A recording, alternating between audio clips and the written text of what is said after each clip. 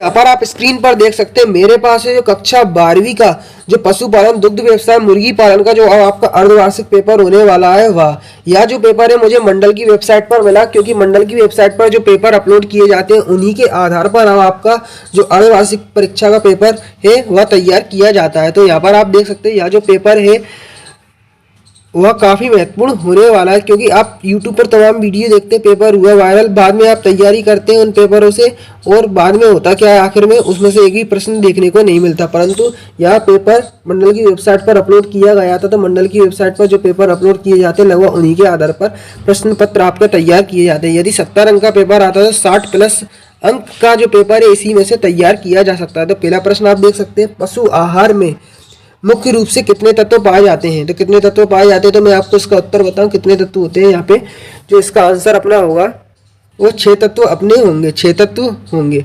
ठीक, अगला प्रश्न है वमनकारी है, तो वमनकारी क्या है? फिटकरी है। वमनकारी क्या है? फिटकरी है। अगला प्रश्न है अपना ज्वरहारी है, तो ज्वरहारी क्या है? तो इसका उत्तर बताने से पहले कहना चाहता हूँ चैनल पर नए हो तो चैनल को सब्सक्राइब कर ले, बेल आइकन को प्रेस कर ले, जिससे आने वाला अगले विषय का जो वीडियो है उसकी जानकारी सीधा आपके मोबाइल तक पहुँचे।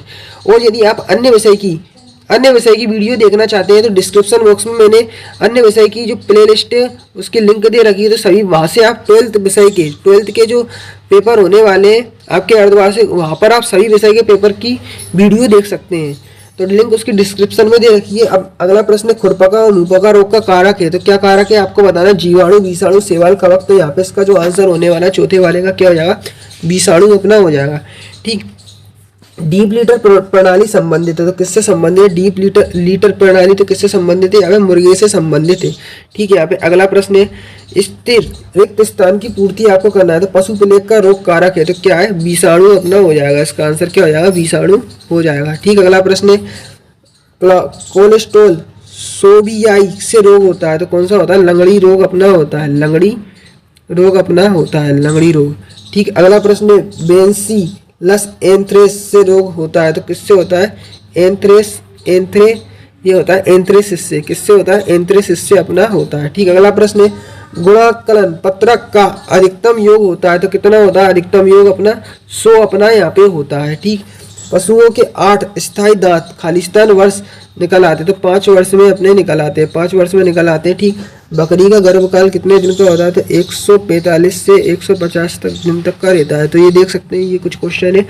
अब अगर आप इसकी PDF फाइल डाउनलोड करना चाहते हैं तो डिस्क्रिप्शन बॉक्स में मैंने इसकी PDF फाइल की आपको लिंक दे रखी है, तो डिस्क्रिप्शन में दी गई वेबसाइट के लिंक पर क्लिक करके आप थोड़ा नीचे आएंगे तो वहाँ से आपको जो 12th आपका अर्धवार्षिक पशुपालन का जो पेपर होने वाला है उसकी PDF फाइल वहाँ पे आपको मिल जाएगी।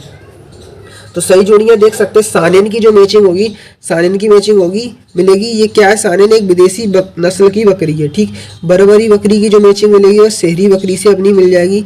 गाय की दूध का पीला रंग किसके कारण होता है? यहाँ पे तो केरोटीन के कारण होता है। घी की जो मैचिंग होगी आप देख सकते हैं, इसमें घी में कितने % बसा होता है? तो 99.5% बसा होता है, लगभग 100% घी में ही बसा पाया जाता है। पनीर की जो मैचिंग होगी वो प्रोटीन का मुख्य स्रोत से मिल जाएगी, तो पनीर क्या है? प्रोटीन का मुख्य स्रोत है। अब एक वाक्य में आपको प्रश्नों के उत्तर बताना है। तो पहला प्रश्न है बसा दूध में किस रूप में पाई जाती है, तो किस रूप में पाई जाती है? पायस के रूप में पाई जाती है। ठीक, अगला प्रश्न है दुग्ध चूर्ण में कम से कम कितने % बसा होना चाहिए, तो कितना % होना चाहिए? 26% होना चाहिए। ठीक, अगला प्रश्न है फुआ शुष्क विधि से क्या बनाया जाता है, तो दुग्ध बनाया जाता है। ठीक, अगला प्रश्न है यहाँ पे जब दुग्ध का संपूर्ण यानी सूख जाता है तो वह क्या कहलाता है? दुग्ध चूर्ण कहलाता है। ठीक, दुग्ध चूर्ण अपना ये इसका उत्तर हो जाएगा। अब अगला प्रश्न देखते हैं, तो यहाँ पे दिया है एक मुर्गे घर में अधिक से अधिक कितनी मुर्गी रखी जाती है, तो यहाँ पे कितनी रखी जाती है? 8 से 10 मुर्गियाँ, 8 से 10 मुर्गियाँ रखी जाती हैं। यहाँ पर आप देख सकते हैं, ये इसका आंसर हो जाएगा। अब ठीक, मुर्गीशाला का औसतन तापक्रम कितना होना चाहिए, तो कितना होना चाहिए? 50 से 85 फ़ारेनहाइट उतना हो जाएगा। 50 से 85 डिग्री फ़ारेनहाइट। अब सत्य बताना है, तो एक मुर्गी के साथ 8 से 10 मुर्गी रखी नहीं होनी चाहिए, तो इसका आंसर जो होगा अपना क्या होगा मैं आपको बता दूं, ये सत्य हो जाएगा।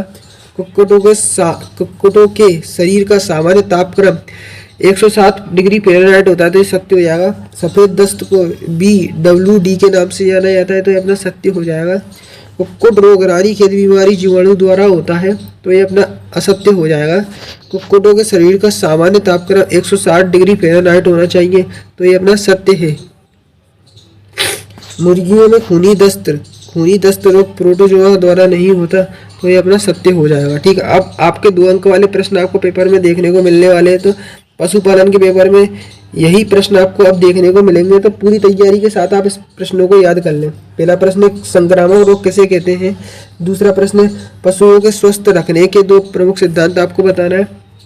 गलघोटू रोग के कारक का नाम लिखना है। थनैला रोग के कारक का नाम बताना है। ठीक, भारत में पालने वाली देसी मछली की जातियों के नाम। ठीक, मछली को आहार देते समय क्या सावधानी रखना चाहिए। अगला प्रश्न है 9वें नंबर का बर्बरी बकरी की विशेषताएं लिखना है। जामुनपारी बकरी की विशेषताएं आपको बताना है। अब ठीक है, यहाँ पे 10वें नंबर का प्रश्न देख सकते हैं। क्रीम की परिभाषा लिखिए, घी की परिभाषा आपको बताना है। अब ठीक, अगला प्रश्न है यहाँ पे 11वें नंबर का दही के गुण लिखना है। जामन की विशेषताएं आपको बताना है। ठीक है, यहाँ पे 12वें नंबर का प्रश्न है दुग्ध चूर्ण बनाने की 2 विधियों के नाम आपको बताना है। ठीक, दुग्ध चूर्ण की विशेषताएं आपको परिभाषित करना है। आदर्श मुर्गीशाला की विशेषताएं लिखना है आपको। पिंजरा प्रणाली के दो दोष बताना है। निर्वाह आहार के 3 प्रमुख कार्य लिखना है। पशु आहार में प्रोटीन के 3 कार्य आपको बताना है। हे के गुण, HAY हे के गुण। साइलेज बनाने की विधि के लाभ लिखना है। पशुओं की जांच करने की 3 विधियों का नाम आपको लिखना है। गाय के मध्यकाल में आने के कोई 3 लक्षण आपको बताना है, लक्षण लिखना है। रानीखेत बीमारी के कोई 3 लक्षण आपको लिखना है। खूनी दस्त बीमारी की रोकथाम के कोई 3 उपाय आपको बताना है। ठीक, यहाँ पे पशु चिकित्सा में प्रयोग आने वाली 8 उपकरणों के नाम एवं उनके कार्य आपको लिखना है। ठीक, पशु चिकित्सा में काम आने वाली 8 औषधियों के नाम उनके कार्य आपको लिखना है। ठीक, यहाँ पे 19वें नंबर का प्रश्न देख सकते हैं। भारत में मुर्गी पालन के विकास में आने वाली बाधाओं को समझाना है।